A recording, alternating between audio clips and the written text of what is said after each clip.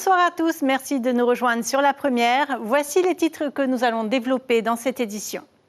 Le rêve indien, un nom trompeur pour une pratique dangereuse. Un collégien de Tipperary a été hospitalisé après s'être essayé à cette variante du jeu du foulard.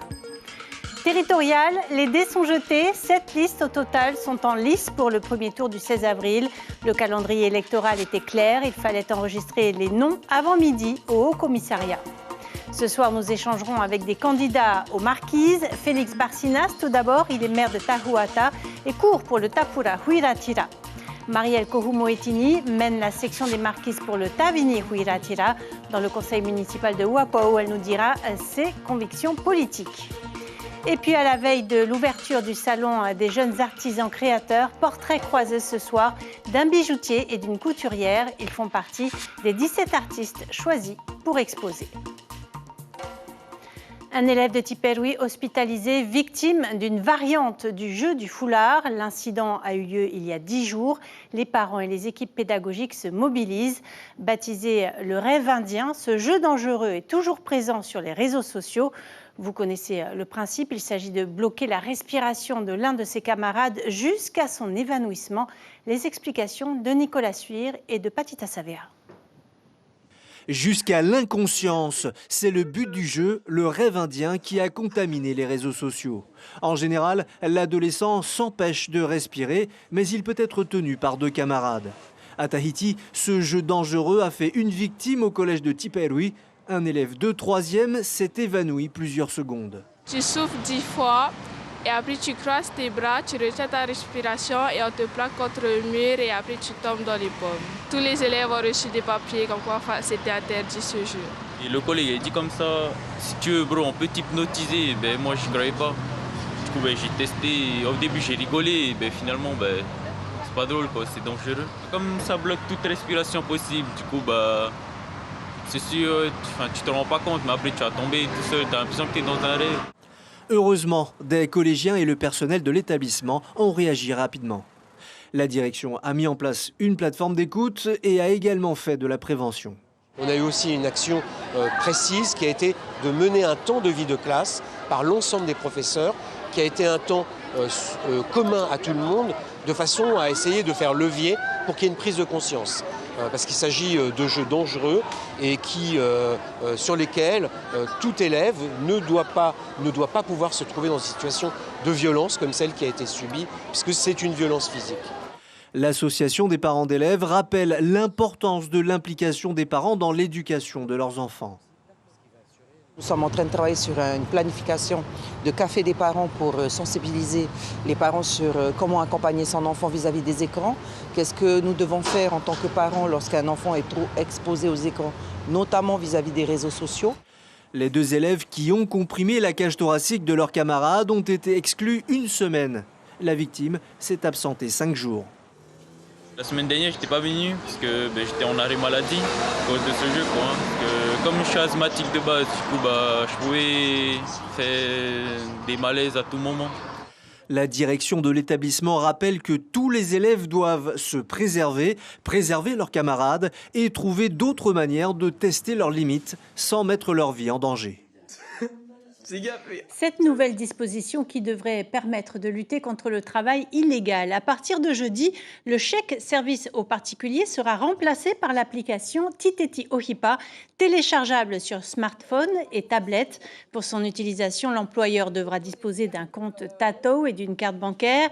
L'avantage pour le salarié, percevoir plus rapidement son salaire en 3 jours maximum, alors qu'il fallait attendre 15 jours avec le chèque service. Pour l'employeur, c'est un gain de temps. Écoutez les précisions de Virginie Bruand, ministre du Travail, puis du directeur de la CPS, Vincent Fabre, au micro de Sandroli. Ce dispositif s'inscrit dans le cadre toujours de la modernisation du Code du travail, donc de simplification des démarches administratives, mais également dans le cadre de la lutte contre le travail illégal. Pour l'employeur, une simplification des démarches puisqu'il n'aura plus à se déplacer à la banque pour commander son chèque emploi-service, pour aller le récupérer. Tout se fera sur l'application. Et pour l'employé, au lieu d'être payé sous 15 jours, puisque à l'époque, avec le chèque emploi-service, entre le moment où tu déposes le chèque sur ton compte et le moment où tu l'as sur ton compte, il se passe entre 10 et 15 jours, demain, grâce à l'application, comme le paiement se fera par l'intermédiaire de la carte bleue de l'employeur, ça sera sur le compte de l'employé entre 1 et 3 jours ouvrés. Ce qu'on espère au travers de cette application, c'est d'inciter les utilisateurs actuels des chèques services aux particuliers, mais également tous ceux qui aujourd'hui n'utilisent pas ce dispositif, de déclarer leurs salariés, leurs prestataires, et de faire en sorte de faire rentrer dans un système, on va dire, légal et officiel tous les prestataires, tous les gens de maison. Et au travers de cette déclaration, les gens seront couverts. Et c'est très important de protéger à la fois l'employeur, mais également les prestataires. Dans l'Hexagone, après le 49-3 d'Elisabeth Borne pour faire passer en force la réforme des retraites, le gouvernement a dû faire face à 2 motions de censure. Nos 3 députés polynésiens ont voté pour l'une des motions déposées par le groupe LIOT, mais il manquait 9 voix. Les motions ont été rejetées. De fait, la réforme des retraites est définitivement adoptée. Autre actualité politique, tout de suite, les territoriales.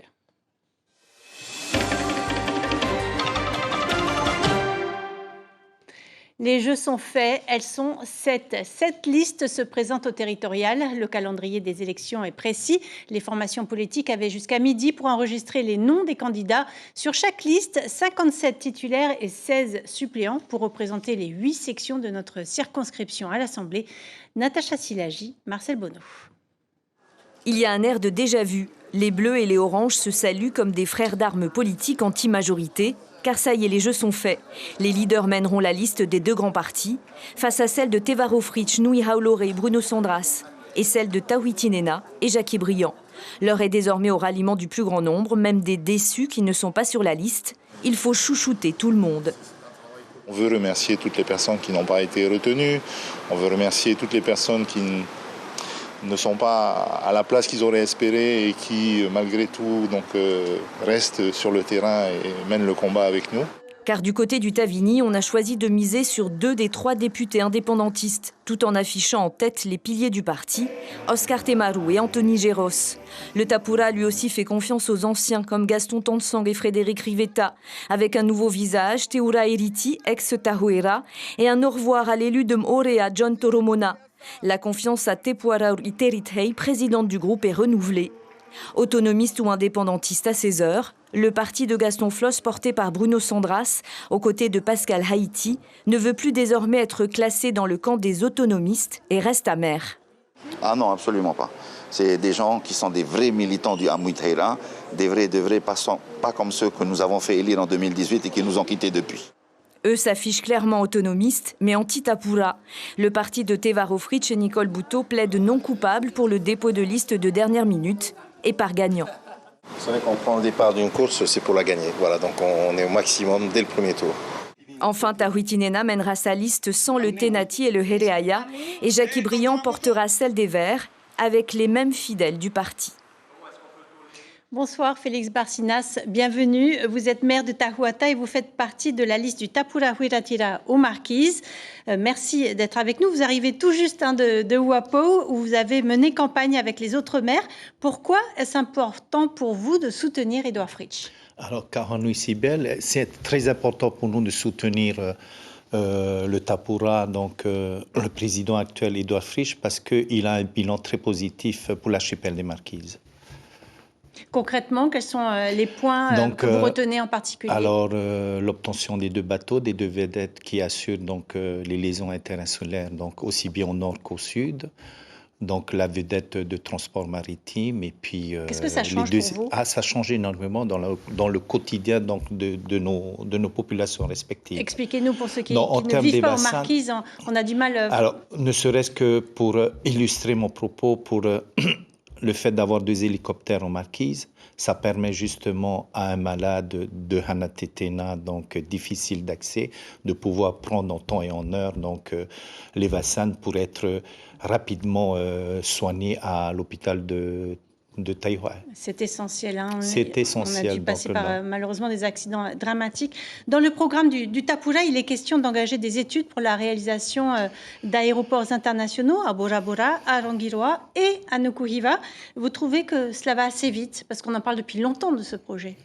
Oui, mais On va dire que c'est une initiative de la part des maires, des marquises d'abord, parce que longtemps on a entendu donc les différents partis politiques venir lors justement des élections territoriales de ressortir à chaque fois. S'approprier finalement un petit peu ce projet. On s'est approprié donc au travers donc du plan de développement de l'archipel des Marquises et de se dire aujourd'hui la création donc de cet aéroport international est une réalité, est une nécessité pour le développement de l'archipel. Notamment touristique et puis le développement afin qu'on puisse aussi acheminer tous les produits locaux et notamment les produits de la pêche.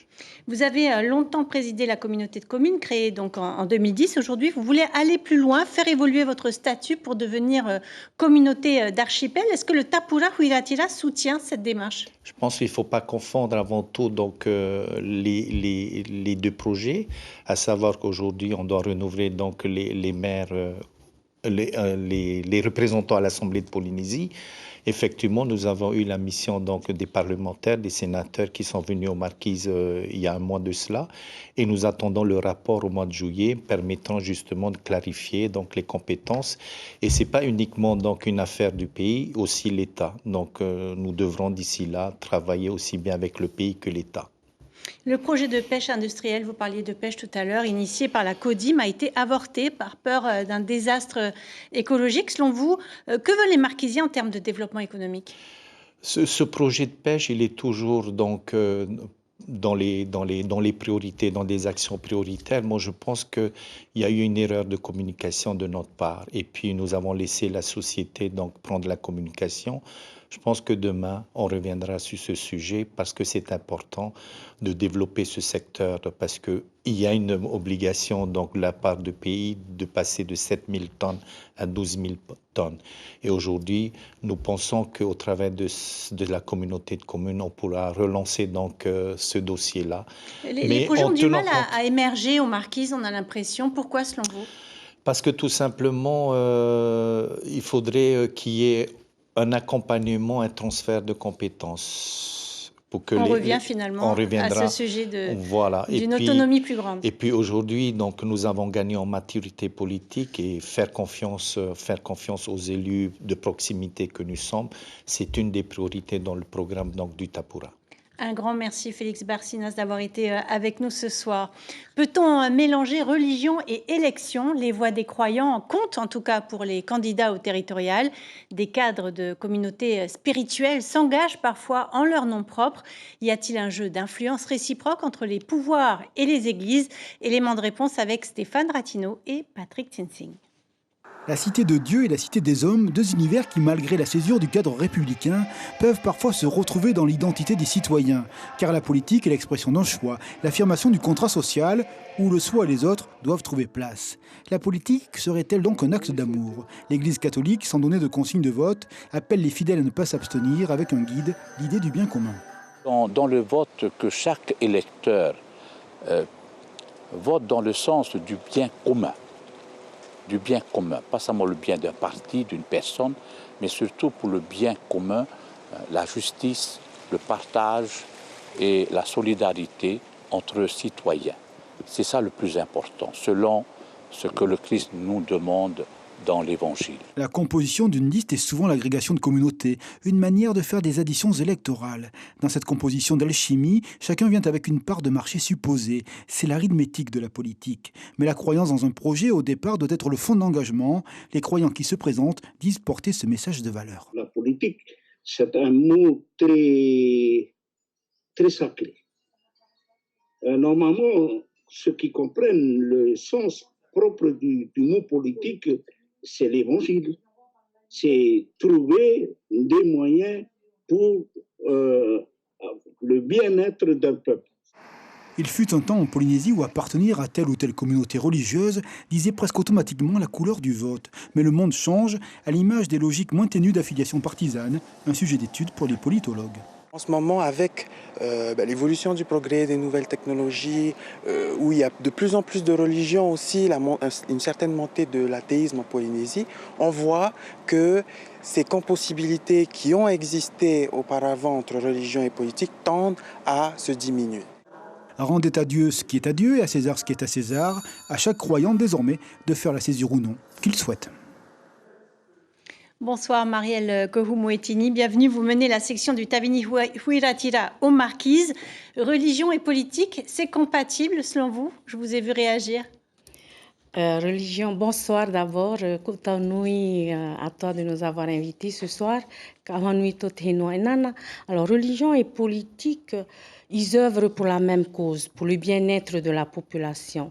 Je pense que s'il y a des personnes qui veulent se mettre justement dans la politique, s'ils sont déjà en service de la religion, c'est de laisser leur service au niveau de la religion pour se lancer dans la politique. On vient de le voir, donc ce n'est pas toujours simple de s'engager en politique. De votre côté, jusqu'à présent, vous étiez plutôt marqué orange. Vous souteniez votre oncle, René Kohu-Moetini. Aujourd'hui, expliquez-nous pourquoi vous avez choisi de soutenir le Tavini. Alors, il est vrai que j'ai grandi dans une famille autonomiste. Mon oncle René Kohu-Moetini, nous l'avons soutenu jusqu'à la fin. Qu'est-ce qui a causé cette rupture? On va dire que en 2013, mon oncle René, il a été écarté par le parti Orange. Et donc, bien sûr, j'ai suivi mon oncle. Bon, en tous les cas, ce que je retiens de lui, c'est de savoir pardonner. Bien sûr, aujourd'hui, nous avons pardonné le parti Orange. Et pourquoi aujourd'hui je suis sur la liste du Tavini Huiratira? C'est tout simplement parce que pendant 28 ans de ma vie, j'ai entendu justement cette politique où sans la France, la Polynésie est perdue. Sans la France, c'est le chaos en Polynésie. Pendant 28 ans, j'ai été formatée à penser uniquement le fait que sans la France, c'est le chaos en Polynésie. Jusqu'à que notre prétiteni Oscar Temaru m'appelle. Alors, cette rencontre, bien entendu, entre lui et moi m'a bouleversée. Pourquoi? Parce que avant même de rejoindre mon prétiteni Oscar Temaru, c'est mon père était déjà avec Oscar Temaru, ainsi que mon grand-père qui était même dans le comité de Povana Opa. Donc ils vous ont convaincu? Ils nous ont convaincus. Vous êtes au conseil municipal, vous êtes aussi chef d'entreprise, vous supervisez 2 magasins à Ouapou. Les consommateurs se plaignent de la flambée des prix. Que leur répondez-vous? Eh bien, je suis très compréhensive de leurs plaintes parce que même moi, en tant que chef d'entreprise, je suis au premier loge et il n'y a pas que la TVA sociale pour notre archipel des Marquises. Et à cela, ça se rajoute justement le fret maritime. Et depuis cette année, les assurances ont augmenté également. Quelles solutions proposez-vous? Alors, nous proposons justement le retrait de la TVA sociale parce qu'il est temps pour nous justement d'écouter et d'entendre justement la population qui supplie le gouvernement surtout de retirer cette taxe sociale. Ça vous renforce dans l'idée de l'autonomie alimentaire qui fait partie de l'ADN du Tavini? Ah, bien entendu, parce qu'il est plus qu'important pour nous de soutenir le secteur primaire aux Marquises. Moi, j'admire vraiment les familles Tehinoa et Nana. Pourquoi? Parce que ils peuvent être à la fois agriculteurs, à la fois pêcheurs, à la fois éleveurs et à la fois artisans. Ils sont très polyvalents et donc il est très important pour nous, le Tavini, de soutenir ce secteur-là. Et bien entendu, les petits pêcheurs, les petits agriculteurs. Et nous sommes moi-même, déjà, je suis très fière de toutes ces familles-là parce que j'interviens aussi dans l'exportation des produits agricoles vers Tahiti. Un grand merci Marielle Kohu-Moetini. Ça passe très vite, les 4 minutes sont déjà terminées. Merci en tout cas d'avoir échangé avec nous sur votre parcours. Nouvelle étape dans le calendrier électoral avec le dépôt des dernières listes ce matin. Nouvelle étape aussi du côté de nos studios de Pamat-Ay.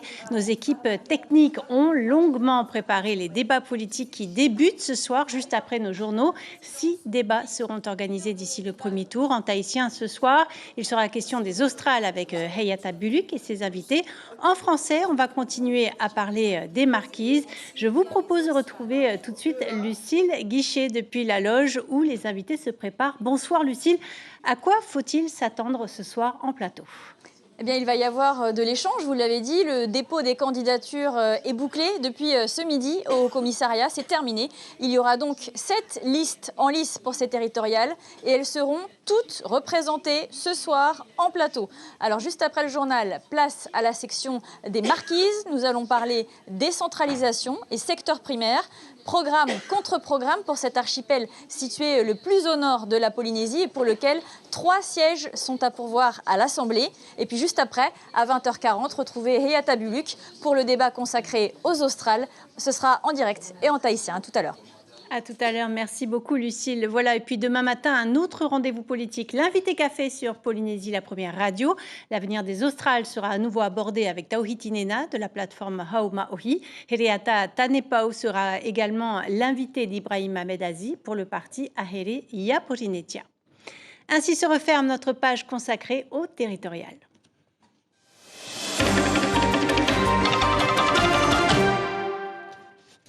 La jeunesse valorisée grâce à la 3e édition du Salon des jeunes artisans créateurs. L'exposition débute mercredi au Hilton de Faa'a. 17 artisans ont été retenus, 3 en vannerie, 3 en tissu, 7 en sculpture gravure et 4 en catégorie bijouterie traditionnelle. Ce soir, focus sur Te Manahere Ichner, bijoutier spécialisé en gravure, et Te Vaimano Roskol, couturière passionnée. Portrait croisé signé Caroline Fary et Jérôme. La particularité de cette robe, c'est les boutons, parce qu'il y a 13 boutons. Te Vaimano a grandi aux Australes, à Reivave. C'est dans sa famille d'adoption qu'elle a pris goût à la couture. Dans notre famille, on se baigne en fait dans le monde artistique. Donc du coup, ma mère adoptive, elle est couturière, mes tantes aussi sont couturières, mes oncles sont sculpteurs. Donc voilà.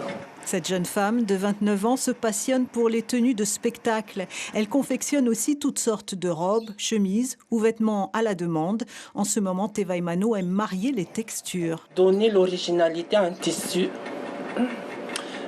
Utiliser quelque chose qui n'est pas commun. Par exemple, en ce moment, je suis plutôt dans le cam. Mélanger le cam, ce côté qu'on a toujours l'habitude de voir, mixer avec de la dentelle, de la guipure pour donner ce côté glamour.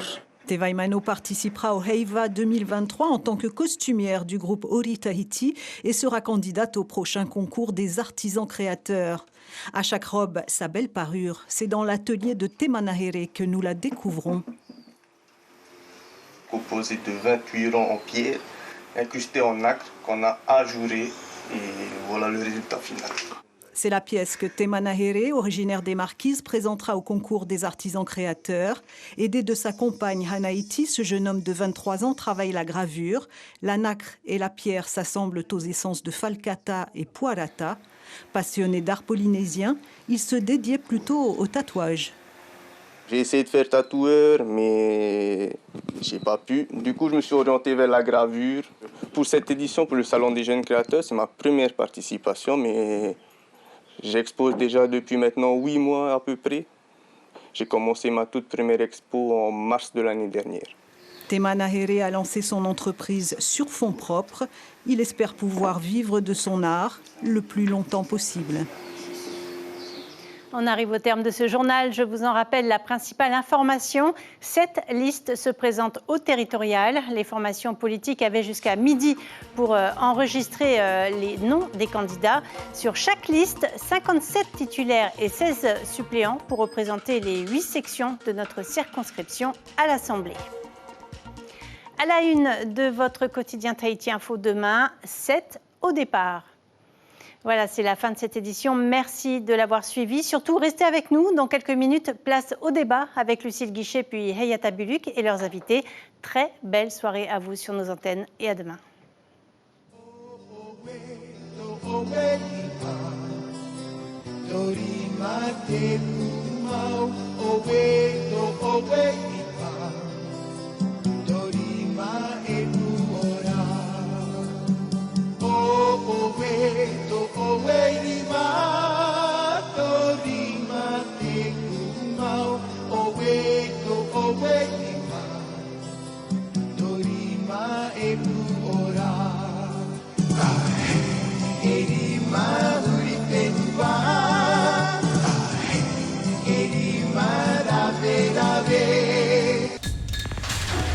L'information en continu sur Polynésie la première, Internet et réseaux sociaux.